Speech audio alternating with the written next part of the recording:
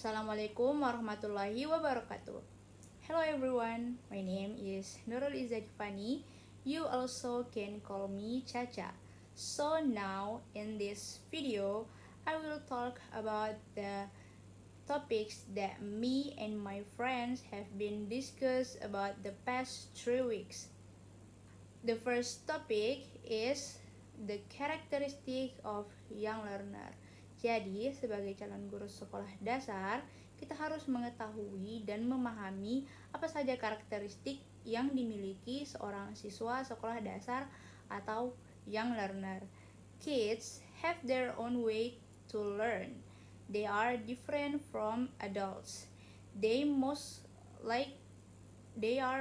have a short attention span, and they are most likely to learn with activities or playing around.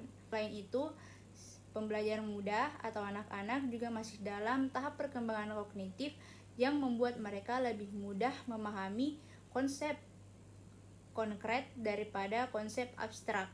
Oleh karena itu, guru SD yang mengajar harus memahami karakteristik peserta didik usia dini agar pembelajaran dapat berlangsung dengan efektif. In this discussion session, we will talk about two topics. The first is what is young learner, and the second, what the characteristic of young learner. So young learner in this topic talk about kids who just start their first day of school, and their age is between 5 until 12 years old. And now we will talk about the characteristic of young learner. Nah, young learner ini terbagi menjadi beberapa kelompok. Yang pertama ada young learner TK dan juga SD, di mana young learner TK dan SD ini memiliki karakteristik yang cukup berbeda. So there is the few characteristic of young learner in elementary school. First, karakteristik pertama anak SD adalah senang bermain. Yang kedua adalah senang bergerak. Yang ketiga, anak SD sangat senang bekerja dalam kelompok atau berdiskusi.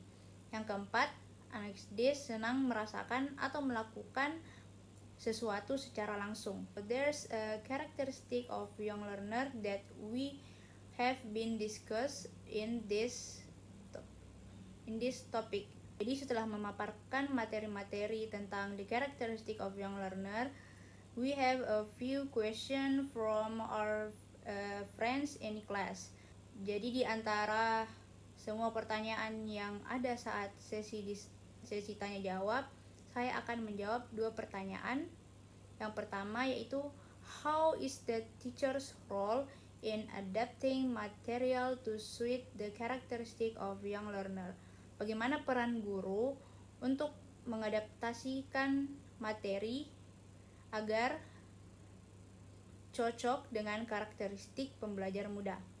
Jadi jawaban dari saya yaitu peran guru sangat penting dalam menyesuaikan materi pembelajaran agar sesuai dengan karakteristik anak. Karena anak itu memiliki karakteristik pembelajaran yang cukup unik, dan juga kebutuhan kognitif, sosial, dan emosionalnya mereka itu masih berkembang. Jadi guru perlu menyesuaikan konten pembelajaran dan juga metode pembelajarannya agar pembelajaran lebih menarik dan mudah dipahami. Yang perlu diperhatikan guru untuk menyesuaikan materi pembelajaran agar efektif, yang pertama ada penggunaan bahasa. Nah, anak SD ini kan kosakatanya mereka masih belum terlalu banyak ya. Jadi kita sebagai guru itu harus memberikan bahasa yang jelas dan mudah dimengerti kepada anak-anak, sehingga apa yang kita jelaskan kepada mereka itu bisa tersampaikan dengan baik dan juga benar. Dan yang kedua, kita bisa menggunakan media visual, di mana sekarang dengan kecanggihan teknologi ini, penggunaan media visual ini sudah sangat mudah diakses. Dan anak-anak juga mereka masih memiliki keterbatasan dalam mengimajinasikan konsep yang abstrak, sehingga pembelajaran dengan media visual ini bisa sangat membantu. Dan yang ketiga, kita bisa menggunakan pembelajaran berbasis bermain, sebagaimana yang sudah kita bahas tentang karakteristik of young learner tadi. young learner ini sangat suka belajar sambil bermain. Nah, ini kita bisa gunakan pembelajaran berbasis bermain juga. Nah, untuk pertanyaan kedua, pertanyaannya itu salah satu karakteristik pembelajar muda adalah senang bekerja dalam kelompok dan berkolaborasi. Bagaimana cara kita sebagai calon guru apabila anak-anak mengalami ketidaksetujuan antara satu sama lain dalam kelompok mereka? Nah, inilah gunanya kerja kelompok itu, dimana kita bisa mengajarkan anak-anak itu nilai-nilai saling menghargai. Dalam kelompok ini, anak-anak diajarkan pentingnya mendengarkan pendapat orang lain, menghormati perbedaan, dan juga bekerja sama untuk mencapai tujuan. Nah, jikalau mereka ada ketidaksetujuan dalam pembelajaran berkelompok, kita sebagai guru, sebagai fasilitator, harus menjadi penengah di antara anak-anak ini, dimana saat belajar kelompok itulah kita harus mengajarkan bahwa inilah fungsi dibuatkan pembelajaran berkelompok agar kita bisa mengajarkan anak-anak itu berkomunikasi dengan baik, bagaimana cara mereka menyampaikan pendapat dengan baik, dan juga bagaimana mereka bisa menyampaikan pendapat itu dengan sopan dan tidak saling menyalahkan. Ketika ada anak yang tidak setuju dengan pendapat temannya yang lain, itu sebenarnya itu adalah hal yang wajar. Disitulah diskusi itu dimulai. Jadi kita harus bisa mengarahkan anak-anak ini bagaimana caranya mereka melakukan diskusi ini dengan baik sampai mereka bisa mencapai tujuan dari pembicaraan atau diskusi itu. Disinilah And now we will move to the second topics. In the second topics, we will talk about the characteristic of teacher young learner. Where in the first topic, we have talked about the characteristic of young learner. Now we also should talk about the characteristic of teacher young learner. In this topic, we will talk about what are the characteristics that teachers young learner must have, and how do the characteristic of teacher young learner affect the effectiveness of learning. So now we will talk about the characteristic of teacher young learner. Adapun beberapa karakteristik dari seorang guru pembelajar muda yang harus dimiliki, yaitu pertama, pengetahuan dan keterampilan profesional. Adapun beberapa pengetahuan dan keterampilan profesional yang harus dimiliki oleh seorang guru pembelajar muda, yaitu kompetensi materi pelajaran, yaitu harus bisa menguasai materi yang akan diajarkan. Yang kedua, strategi pembelajaran. Seorang guru itu harus bisa mengatur strategi bagaimana cara melakukan pembelajaran dengan baik kepada siswanya tergantung dengan karakteristik siswa. Yang ketiga, keterampilan berpikir. Nah, guru ini harus menggunakan keterampilan berpikirnya, di mana yang kita hadapi ini adalah seorang siswa yang mana siswa ini masih dalam perkembangan berpikir kritis mereka. Jadi kita harus siap untuk bisa menjawab pertanyaan-pertanyaan yang muncul dari siswa itu, atau bagaimana cara kita bertanya kepada siswa-siswa yang kita ajar. Yang keempat, penetapan tujuan dan perencanaan pembelajaran. Nah, tentu saja ini juga ada hubungannya dengan strategi pembelajaran. Penetapan tujuan dan perencanaan pelajaran ini sangat penting karena kita itu harus mengetahui dan memahami apa sih tujuan dari pembelajaran yang akan kita lakukan ini, sehingga kita bisa merencanakan strategi pembelajaran yang baik. Dan yang selanjutnya ada praktik mengajar yang sesuai dengan perkembangan. Nah, guru ini harus bisa menilai, harus tahu bagaimana cara menilai peserta didik mereka agar bisa menyesuaikan gaya belajar dengan perkembangan siswa mereka. Dan selanjutnya ada keterampilan manajemen kelas. Tentu saja keterampilan manajemen kelas ini sangat penting karena dalam sebuah kelas itu kan guru hanya sendiri dan guru itu harus mengawasi banyak sekali siswa. Jadi keterampilan manajemen kelas ini harus sangat dikuasai oleh guru agar tidak terjadi hal-hal yang di luar ekspektasi guru atau di luar tanggung jawab guru. Dan selanjutnya ada keterampilan motivasi. Nah, guru ini sebagai pengajar juga harus bisa menjadi motivator yang baik kepada siswanya. Siswa ini kan mereka baru saja memulai hidup mereka. Mereka ini baru belajar banyak hal-hal yang baru. Nah, kita sebagai guru itu harus bisa mendorong siswa kita, harus bisa memberikan motivasi kepada mereka agar mereka itu bisa terus melangkah untuk terus mencoba hal-hal yang baru. Dan juga ada keterampilan komunikasi. Nah, tentu saja komunikasi ini sangat penting untuk guru. Ya, bagaimana tidak, kita itu harus berbicara dengan orang tua siswa, kita itu harus berkomunikasi juga dengan teman-teman rekan guru, kita itu harus bisa berkomunikasi dengan siswa-siswa kita.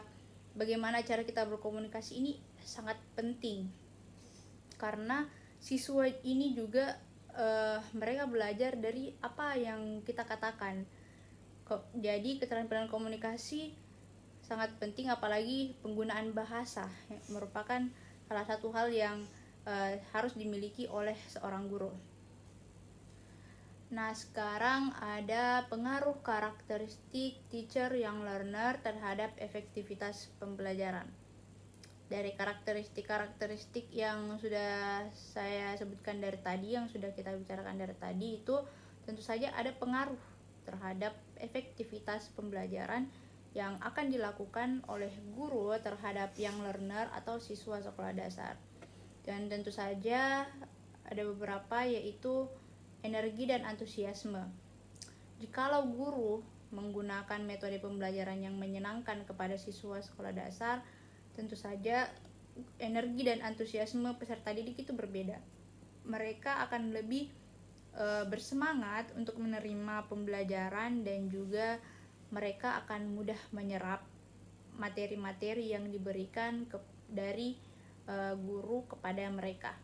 Nah, itu adalah beberapa materi yang bisa saya uraikan dari pembahasan saya dan teman-teman saya tentang the characteristic of teacher young learner.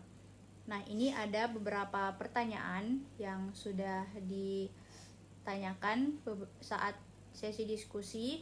Sekarang saya akan memilih 2 pertanyaan untuk dijawab dengan jawaban saya sendiri. Yang pertama yaitu, menurut Anda sebagai calon guru, apa saja metode penilaian yang sesuai untuk mengukur kemajuan belajar anak usia muda tanpa membuat mereka merasa tertekan? Kita berbicara tentang bagaimana cara kita melakukan penilaian atau mengukur kemajuan belajar seorang anak usia muda atau young learner tanpa membuat mereka merasa tertekan. Saya itu berpikir untuk melakukan sebuah little task, pekerjaan kecil yang bisa digabungkan dengan bermain. Contoh, kalau kita mengajarkan anak bahasa Inggris, kita bisa mengajak mereka itu berbicara diskusi sederhana dalam bahasa Inggris, sehingga kita bisa mengukur bagaimana kemampuan mereka, bagaimana kemajuannya mereka itu dengan pembelajaran bahasa Inggris ini. Itu kan bisa membuat mereka less stress atau kurang tertekan, karena kita hanya melakukan pembicaraan sederhana saja. Itu merupakan salah satu contoh yang bisa saya berikan. Jadi secara tidak langsung kita itu menilai atau mengukur kemajuan belajar dari peserta didik itu. Dan pertanyaan kedua yaitu, bagaimana seorang guru dapat mengembangkan gaya mengajar yang sesuai dengan kebutuhan siswa? Kalau berbicara tentang bagaimana mengembangkan gaya mengajar yang sesuai dengan kebutuhan siswa, tentunya hal yang pertama yang harus kita lakukan yaitu mengetahui karakteristik siswa kita dan bagaimana cara belajar yang disukai oleh siswa kita ini, sehingga kita bisa mengembangkan gaya mengajar yang sesuai dengan kebutuhan siswa kita. Dengan cara kita mengamati, dengan cara kita melakukan tes sederhana kepada siswa kita, kita bisa mencari tahu cara belajar yang baik atau yang sesuai dengan kebutuhan siswa kita ini. And now we will move to the third topics. In this topics, we will talk about the roles of young learner atau peran seorang pembelajar muda. Nah, if we talk about the roles of young learner, they really have an important role than we know. Jadi pembelajar muda ini mereka memiliki peran yang cukup penting dari yang kita tahu. Nah, seorang pembelajar muda ini mereka memiliki peran dalam membentuk masa depan bangsa yang cerah. Jadi seorang pembelajar itu mereka pastinya belajar untuk masa depannya mereka. Masa depan bangsa ini juga tergantung dari masa depan para pembelajar muda ini tentu saja. Jadi mereka ini tidak hanya sebagai penerima ilmu, tetapi juga mereka ini as an agent of change yang aktif dalam masyarakat. Pembelajar muda ini sering membawa ide-ide segar dan inovatif ke dalam proses pengajaran. Kenapa? Ya karena mereka ini masih muda. Tentu saja ada banyak sekali ide-ide fresh, ide-ide yang masih fresh yang mereka dapatkan selama proses belajarnya mereka. Nah, dari sinilah peran seorang pembelajar muda itu bermula. Ketika seorang pembelajar muda ini mereka memiliki fresh idea, ide yang bagus untuk melakukan sesuatu, tentu saja kita sebagai guru harus mendukungnya. Nah, ketika kita mendukung itu, jadilah mereka sebagai agen of change, agen untuk perubahan, sehingga membuat bangsa dan negara kita ini have a good future. Bangsa ini memiliki masa depan yang baik karena mereka memiliki pembelajar muda yang baik juga. Mereka memiliki pembelajar muda yang inovatif dan juga kreatif. Jadi most of young learner ini memiliki peran yang cukup besar, bisa kita katakan cukup besar untuk perubahan masa depan bangsa kita menjadi lebih baik. Jadi kita sebagai seorang guru itu harus memiliki kualitas yang baik dalam melakukan pengajaran atau melakukan proses belajar mengajar, sehingga kita bisa membentuk seorang young learner, seorang masa depan bangsa yang baik pula. And from the discussion session, we have a lot of question about this topic, but I will choose 2 question for me to answer with my own way. Jadi pertanyaan pertama yaitu bagaimana peran anak-anak sebagai pembelajar dalam proses pendidikan dan bagaimana mereka dapat berpartisipasi secara aktif dalam pembelajaran untuk mengembangkan keterampilan dan pengetahuan mereka.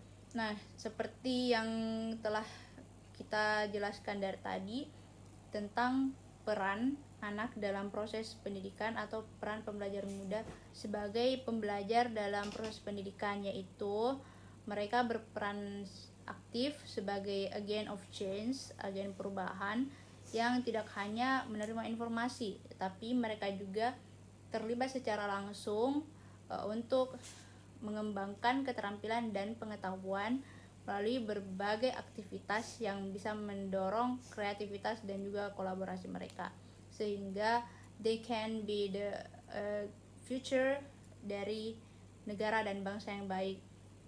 Dan bagaimana mereka dapat berpartisipasi secara aktif dalam pembelajaran untuk mengembangkan keterampilan dan pengetahuan mereka. Nah, di sini roles of young learner started. Jadi disinilah peran mereka sebagai pembelajar muda. Jadi pembelajar itu atau siswa mereka bisa melakukan eksplorasi atau pengalaman langsung. Melalui pengalaman langsung ini atau eksplorasi, mereka bisa banyak sekali belajar hal-hal yang baru yang awalnya mereka hanya dapatkan melalui teori di dalam kelas saja. Mereka bisa melakukan eksplorasi dan juga langsung terjun untuk melakukan kegiatan-kegiatan itu, sehingga hal ini bisa membuat pengetahuan mereka itu lebih berkembang dan mereka juga bisa mengetahui lebih banyak tentang hal-hal baru yang mereka pelajari. Dan yang selanjutnya mereka juga bisa berpartisipasi dalam diskusi dan tanya jawab. Dan di pertanyaan kedua ini, bagaimana peran anak-anak sebagai pembelajar dalam proses pendidikan dan bagaimana mereka dapat berpartisipasi secara aktif dalam pembelajaran untuk mengembangkan keterampilan dan pengetahuan mereka. Nah, seperti yang sudah dijelaskan dari tadi, the role of young learner dalam proses pembelajaran ini, mereka ini berperan sebagai pembelajar aktif yang tidak hanya menerima informasi, tetapi juga terlibat secara langsung dalam proses pembelajaran. Their role is important. Peran mereka ini sangat penting dalam mengembangkan keterampilan dan pengetahuan melalui berbagai aktivitas yang mendorong seperti eksplorasi, kreativitas, dan kolaborasinya mereka. Dan juga mereka ini memiliki roles yang important untuk kemajuan bangsa dan negara kita. Adapun bagaimana cara siswa berpartisipasi secara aktif dalam pembelajaran untuk mengembangkan keterampilan dan pengetahuannya mereka.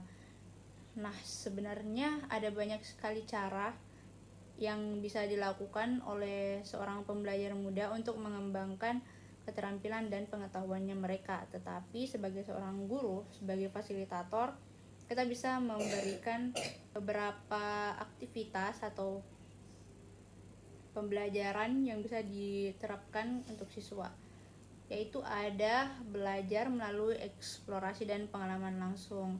Nah, sebenarnya eksplorasi dan pengalaman langsung ini merupakan sebuah metode pembelajaran yang sangat bagus dan efektif karena anak-anak ini bisa belajar langsung, mereka bisa merasakan langsung apa yang mereka pelajari dari teori-teori yang ada di kelas. Jadi siswa ini bisa melakukan eksplorasi terhadap lingkungan sekitar mereka atau melakukan eksperimen sederhana yang biasanya mereka hanya lihat di dalam buku, tapi sekarang mereka bisa melakukan itu secara langsung dengan tangan mereka sendiri dan melihatnya dengan mata kepala mereka sendiri. Itu merupakan salah satu hal yang jauh berbeda dari ketika mereka belajar melalui di dalam kelas ya dengan menggunakan buku saja. Dan juga kita bisa memberikan ruang bagi siswa untuk berpartisipasi dalam diskusi dan tanya jawab.